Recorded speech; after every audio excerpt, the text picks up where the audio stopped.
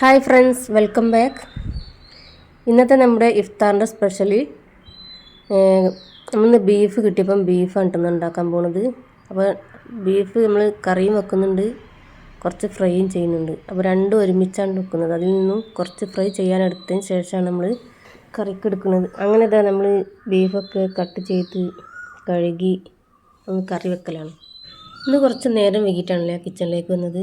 അപ്പോൾ 4:30 കഴിഞ്ഞ് 4:30 കിച്ചണിലേക്ക് വന്നപ്പോൾ അപ്പോൾ പെട്ടെന്ന് തന്നെ വേഗം ബീഫൊക്കെ വൃത്തിയാക്കി കഴുകി അതിലേക്കുള്ള ചേരുവകളൊക്കെ ഇട്ട് ആദ്യം തന്നെ ബീഫ് കറി വെക്കുകയാണ്. അപ്പോൾ അത് ആ കുക്കറിലേക്ക് കഴുകി വെച്ചിട്ടുള്ള ബീഫ് ഇട്ട് കൊടുക്കുക. ഇനി അതിലേക്ക് നമ്മൾ അരിഞ്ഞു വെച്ചിട്ടുള്ള സവാള, ചെറിയുള്ളി, വെളുത്തുള്ളി, ഇഞ്ചി, പച്ചമുളക്, തക്കാളി ഇത്രയും ഐറ്റംസ് ഇട്ട് അതിലേക്ക് ഉലുവയും മഞ്ഞൾപ്പൊടി, മുളക് പൊടി, മല്ലിപ്പൊടി, പെരുംജീരകപ്പൊടി, പാകത്തിന് ഉപ്പ് ചേർത്ത് നന്നായിട്ട് തന്നെ കുഴച്ച് സ്റ്റവിൽ വെക്കാം. എന്നിട്ട് ഒരു 8 വിസിൽ വരുന്നത് വരെ ഒന്ന് വേവിച്ചെടുക്കാം. 1/2 ടേബിൾ സ്പൂൺ മഞ്ഞൾപ്പൊടി, 1.5 ടേബിൾ സ്പൂൺ മുളക് പൊടി, ഒരു 2 ടേബിൾ സ്പൂൺ മല്ലിപ്പൊടി, 1/4 ടേബിൾ സ്പൂൺ പെരുംജീരകപ്പൊടിയും ചേർത്ത് നന്നായിട്ട് തന്നെ കുഴച്ചെടുക്കാം. പാകത്തിന് ഉപ്പും ചേർക്കുക.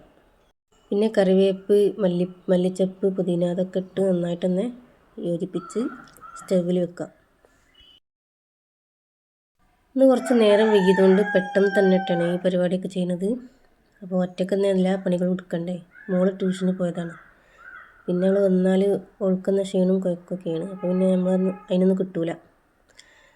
പിന്നെ അത് സ്റ്റവിൽ വെച്ചതിന് ശേഷം നമ്മൾ കുറച്ച് മുന്തിരി എടുത്ത് പുഴുങ്ങുകയാണ്. അപ്പോൾ ജ്യൂസ് അടിക്കാനുള്ള മുന്തിരിയാണ്. അപ്പോൾ അത് സ്റ്റവിൽ വെച്ചതിന് ശേഷം നമ്മൾ ഇന്നലെ സമൂസ ഉണ്ടാക്കിയ ബാക്കി കുറച്ച് മസാല ഉണ്ടായിനി, അത് ഫ്രിഡ്ജിൽ നിന്ന് എടുത്തു. ഇനി അതിലേക്ക് ഒരു സവാളയും കൂടി ആഡ് ചെയ്ത് വാട്ടിയതിന് ശേഷം ആ ഒരു മസാലക്കൂട്ട് ഇതിലേക്ക് ഇട്ട് നന്നായി യോജിപ്പിച്ച് ചൂടാറിയതിന് ശേഷം സമൂസയും ഉണ്ടാക്കാം. അതോടൊപ്പം തന്നെ പത്തിരിക്കുള്ള വെള്ളവും വെച്ചു. പിന്നെ ഫോണൊക്കെ അവിടെ വെച്ച് വീഡിയോ ഒക്കെ ഓഫാക്കി പെട്ടെന്ന് തന്നെ പരിപാടി തീർക്കാമെന്ന് വിചാരിച്ച് പെട്ടെന്ന് തീർത്തുട്ടോ.